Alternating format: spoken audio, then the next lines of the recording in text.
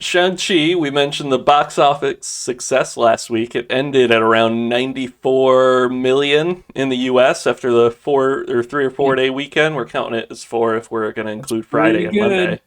Monday. Because of the success, Eternals is only going to be in theaters. It's not going to do the Disney Plus and theaters. See, that kind of sucks. Yeah, If Shang-Chi had totally shit the bed, we would have probably gotten like a couple more movies on Disney Plus, which would have been nice. But yeah, I wouldn't have to leave our house. But hey, we got that movie theater nearby me that lets me drink a cup of Jameson while I sit there eat Sour Patch that's true. Kids, just like at home. Yeah, no different than if it was on Disney Plus.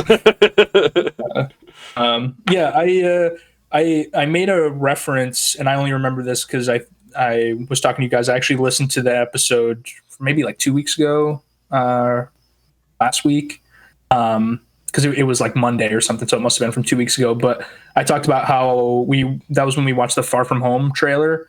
I was Yep. like, oh shit! I bet by the time Far From Home comes out, because it broke the YouTube like viewing record Yeah, it was insane. for 24 hours. It had like 500 million views or something crazy in 24 hours. And I'm like, oh man, I bet that movie when it comes out makes $100 million opening weekend. Like it goes crazy and does it. Fucking Shang-Chi did it. I'm like, what the fuck is that? Is that movie going to make $250 million opening weekend? Like, holy shit. I don't Oh, know. I think it might be You know, insane. Hopefully, again, the then world like, is a better place in December. yeah, I'm just, man, I I was not thinking that as kind of obscure a name. Like it's not like it's Shang-Chi and oh, it's Doctor Strange too, or something that people have like, oh, it's Shang-Chi and Black Panther together in the movie, or like Guardians will stop by. Like it's completely, The not only thing we completely got is we standalone. knew Wong But and Abomination were going to be in it, and they were in it yeah, for which is not all of like 20 seconds. yeah, it's not like Abomination, yeah, is Yeah, bringing in the Abomination had crowds, the smallest cameo. It was Yeah, so yeah. tiny. Um, yeah, well, and again, like the cast, like Aquafina and whatever, like they all have name recognition, but it's not like, oh man, Aquafina pulls 60 mil opening weekend. Like I am definitely fucking eating my words. So Make a our compilation. next story I thought would just be like, oh, here's the headline and that's about it. And Yeah. I read a little deeper, thankfully, and well, let me just get to it. But we're gonna talk about this weirdo. So Andrew Oh, Garfield I want you to reacts. keep. No, never mind. Andrew Garfield reacts to the rumors he's in Spider-Man: No Way Home. Um, so the quote they take in the title is, "This is not something I'm aware I am involved in." So, What does that even mean? well, so I get it. He can't. So he starts off by saying, "No matter what I say, people aren't going to believe me." So he starts off. True. I already don't trust him. So here's the whole quote for you guys. "I understand why people are freaking out about the concept because I'm a fan as well. You can't help but imagine scenes and moments of, oh my god, how fucking cool would it be if they did that?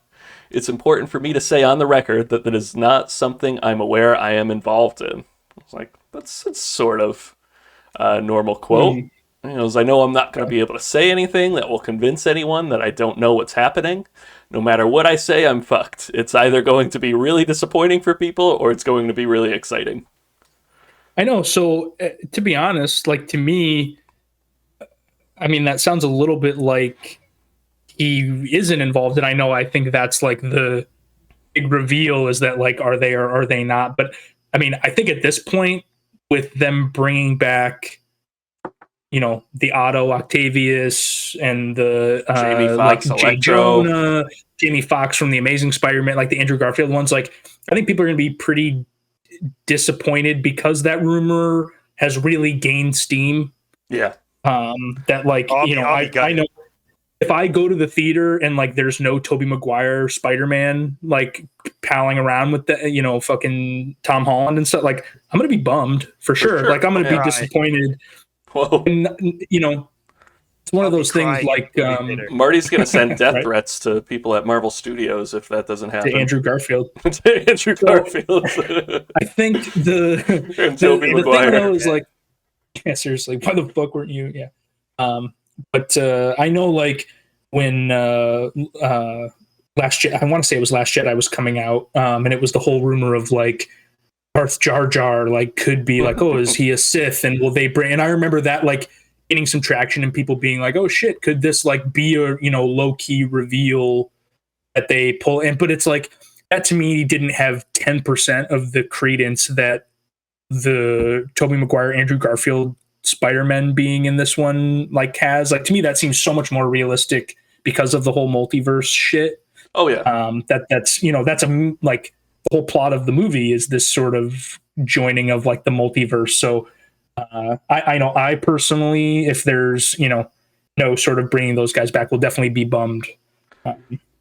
So I want to give you guys the rest of what Andrew Garfield said because he got a little weird. So the article says he remembers. Oh yeah, there was nothing weird about what I quoted before. He says should have stopped me. He remembers making The Amazing Spider-Man fondly, that's what the interviewer says. And here's the Garfield quote: "It was only beautiful. I got to meet Emma and work with her and Sally Field.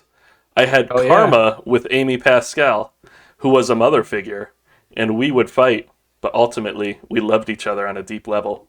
We tried to meet as much in the middle as we could in terms of why I wanted to do this role and what her needs were as the head of the studio." Wow. Is he servicing her? Jesus Christ. It was like, that is one of the weirdest things you could say about your time in a film, Andrew. Is Garfield just a weirdo? I think bash my favorite Spider-Man. I think that's my takeaway, Marty. I apologize. Garfield's just a fucking weird guy. Yeah. That is a super strange comment. Again, I don't know. Really slow news week this week, boys. So last story, another move for the Venom Let There Be Carnage release date. But this time unexpectedly forward. God.